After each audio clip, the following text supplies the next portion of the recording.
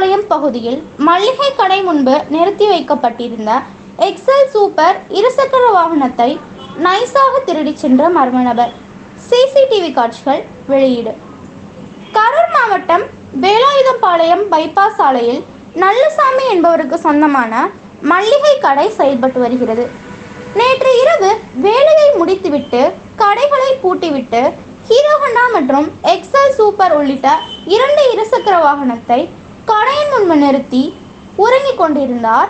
இதனை நோட்டமிட்ட நபர் இரவு 10:30 மணி அளவில் மளிகை கடை முன்பு நிறுத்தி வைக்கப்பட்டிருந்த எக்ஸல் சூப்பர் வாகனத்தை நைசாக எடுத்து காலில் சைடு லாக்கரை உடைத்து அங்கிருந்து சென்ற வீடியோ தற்போது சமூக வலைதளங்களில் வைரலாக பரவி வருகிறது. இது குறித்து மளிகை கடை உரிமையாளர் நல்லசாமி வேலாயுதம்பாளையம் காவல் நிலையத்தில் அளித்த புகாரின் அடிப்படையில் போலீசார் வழக்கு பதிவு செய்து சிசிடிவி காட்சிகளை கைப்பற்றி விசாரணை மேற்கொண்டு வருகின்றனர்.